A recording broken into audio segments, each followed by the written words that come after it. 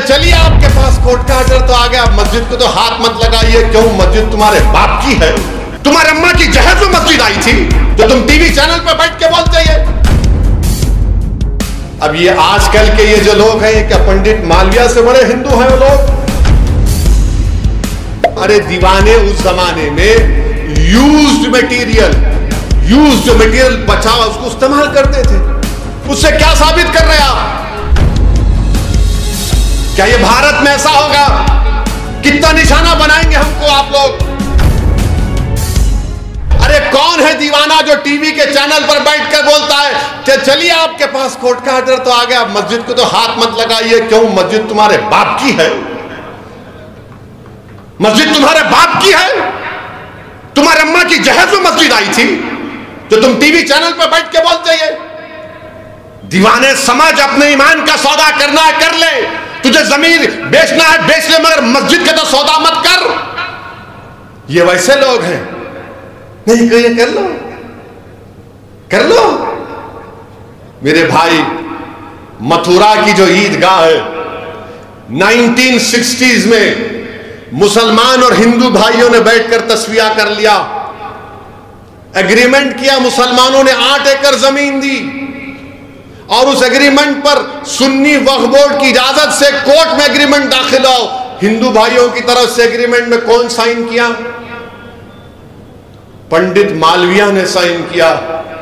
अब ये आजकल के ये जो लोग हैं, क्या पंडित मालविया से बड़े हिंदू हैं वो लोग?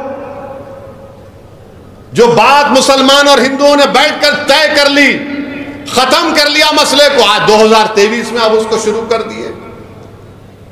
और बार बार आपको बोलते वो देखो काशी में उसका देखो कैसा है फोटो। अरे दीवाने उस जमाने में यूज्ड मटेरियल बचा उसको इस्तेमाल करते थे। उससे क्या साबित कर रहे हैं आप? क्या साबित करना चाह रहे हैं आप? मैंने जब कहा था हैदराबाद में अपनी मस्जिदों को बचाओ, उसको आबाद रखो, तो ये मजलिस के मुखालिफिन शुरू हो गए। ओवैसी देखो जज्बाती बात कर रहा है। अरे तुम्हारे सामने नजर नहीं आया? दिल्ली के 600 साल पुरानी मस्जिद को तोड़ दिया गया। कब्रस्तान जो बाजू था उसको तोड़ दिया गया। ऐसा तोड़े कब्रस्तान को कि वहां के लोग बता रहे कि खबरों का कफन निकलकर बाहर आ गया हड्डियों के साथ। ये हो रहा है। मेरी बात को समझो आप। आपको अपनी ताकत को मजबूत करना पड़ेगा। सुनेरी बाग की मस्जिद पार्लियामेंट से करीब है। जब कभी पार्लियामेंट का सेशन चलता है, जब वहां से प्राइम मिनिस्टर का अगर कॉन्वॉय जाता है या बड़े मिनिस्टर का जाता है, तो उस वक्त मस्जिद में नमाज नहीं होती। क्या दूसरे इबादत गाहों के सामने से जब प्राइम मिनिस्टर का कॉन्वॉय जाता है तो वहां पर इबादत गाहों में इबादत नहीं होती? ये बताना चाह रहा हूं आपको मेरे भाई। क्या ये भारत में ऐसा होगा?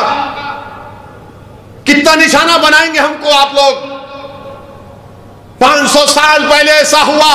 अरे दीवाने पुष्पमित्रा संगा को क्या बोलेंगे? कश्मीर के राजा हर्ष को क्या बोलेंगे? उनसे भी तो इंसाफ करो। पुष्पमित्रा संगा की बात करो, राजा हर्ष की बात करो। नहीं, असदुद्दीन ओवैसी तुम बोलो मुगलों के बारे में, मैं बोलूं मुगलों के बारे में। बिरयानी गपागप खाते वो क्या है? हर चीज में मजहब को जोड़ दो, नफरत फैलाओ मुसलमानों के बारे में।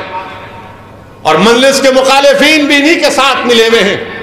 मजलिस के मुखालिफिन इस एजेंडे को पूरा करना चाहते हैं, चाहे हैदराबाद हो, औरंगाबाद हो या सीमांचल की गयूर सरजमीन।